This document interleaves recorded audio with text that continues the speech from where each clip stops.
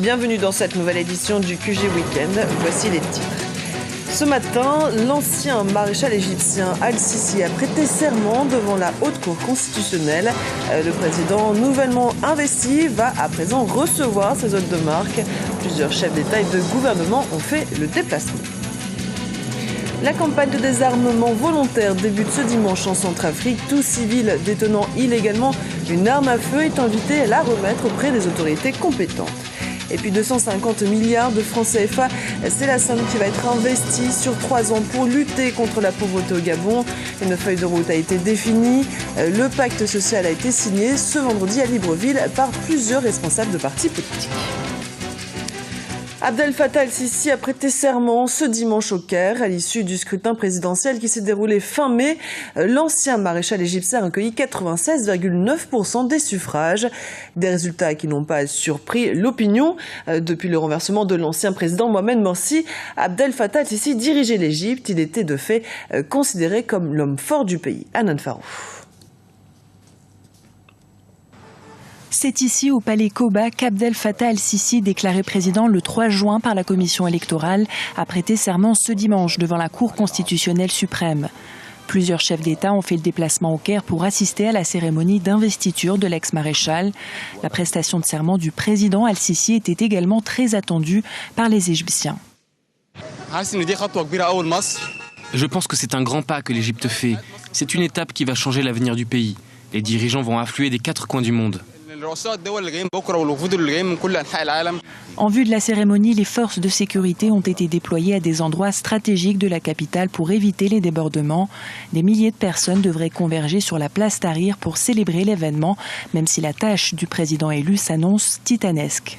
Il y a beaucoup d'attentes et des attentes difficiles à satisfaire à court terme, compte tenu de la situation du tourisme, des investissements étrangers, etc. Ils sont difficiles à satisfaire. Il faut voir que dans certains quartiers, il y a une misère insupportable, il y a une grosse attente. Donc ils pensent qu'il y a une baguette magique. Les gens ont beaucoup de, je dirais, de demandes.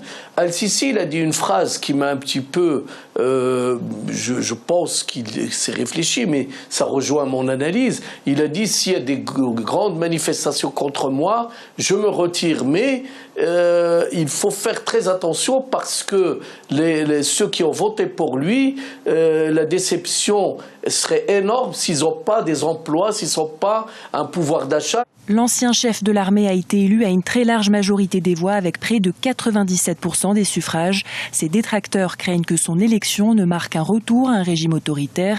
Ses partisans espèrent avant tout qu'il va assurer la sécurité et la croissance économique.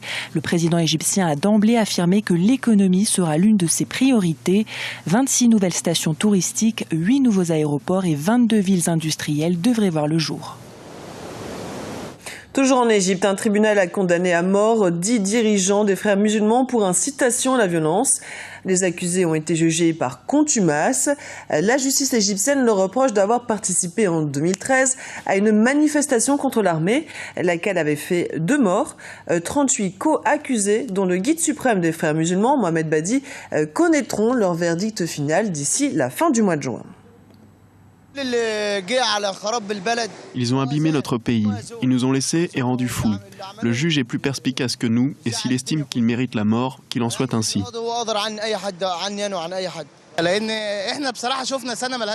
Je pense que le verdict est juste. L'année qui vient de s'écouler a été horrible. Je n'ai aucun doute sur la décision rendue. Je crois même qu'ils méritaient plus. Nous souffrons de ce qu'ils nous ont fait endurer l'an passé. Début de la campagne de désarmement volontaire ce dimanche en Centrafrique. Les civils qui possèdent illégalement des armes sont invités à les déposer dans leur mairie d'arrondissement. Le Premier ministre André Zapayeke s'est rendu dans plusieurs de ces mairies de quartier. Il a rencontré les habitants et leur a expliqué les objectifs de cette initiative. Une initiative jugée positive mais pas suffisante selon le coordonnateur général des Centrafricains de France, Emmanuel Olivier Gabiroux. La coordination générale des Centrafricains de France a proposé ce désarmement parmi d'autres mesures, par exemple une table ronde et surtout le désarmement qui devrait être prioritaire. Tout en me réjouissant de cette initiative, je déplore néanmoins qu'elle intervienne avec un grand retard. Ce qu'on doit faire, c'est beaucoup plus chercher à épargner la vie de la population dans une période de crise. Au Sénégal, le procès de Karim Wade s'ouvre le 31 juillet 2014 devant la CREI, la Cour de répression de l'enrichissement illicite. La Fédération internationale des droits de l'homme et la Ligue sénégalaise des droits humains et la Rencontre africaine pour la défense des droits de l'homme s'opposent à cette juridiction. Ils estiment qu'elle viole les droits de la défense et ne garantit pas le droit à un accès équitable, un procès équitable.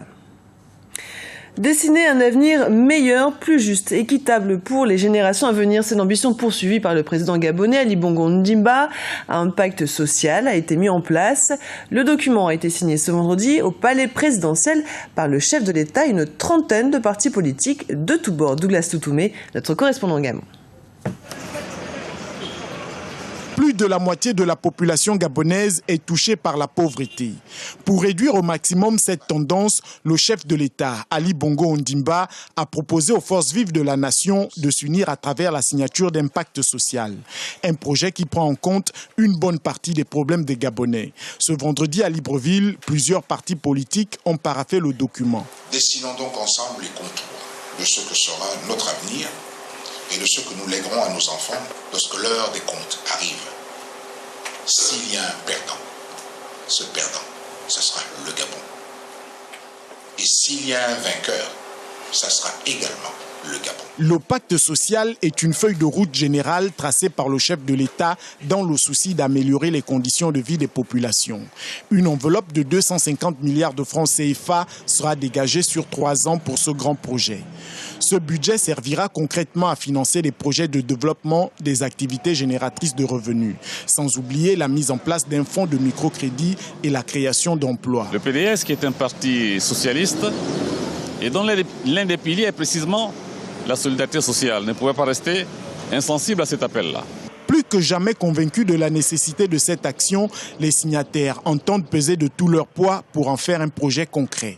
Nous allons peser de tout notre poids, au même titre que les autres signataires, pour que, bien entendu, ce pacte social ne soit pas une vue de l'esprit. Malgré l'entame du vaste chantier de construction du Gabon émergent, qui se traduit par des réformes structurelles et une croissance de l'ordre de 6% contre 2% auparavant, il n'y a pas eu de réduction des inégalités sociales telles que souhaitées jusqu'à ce jour.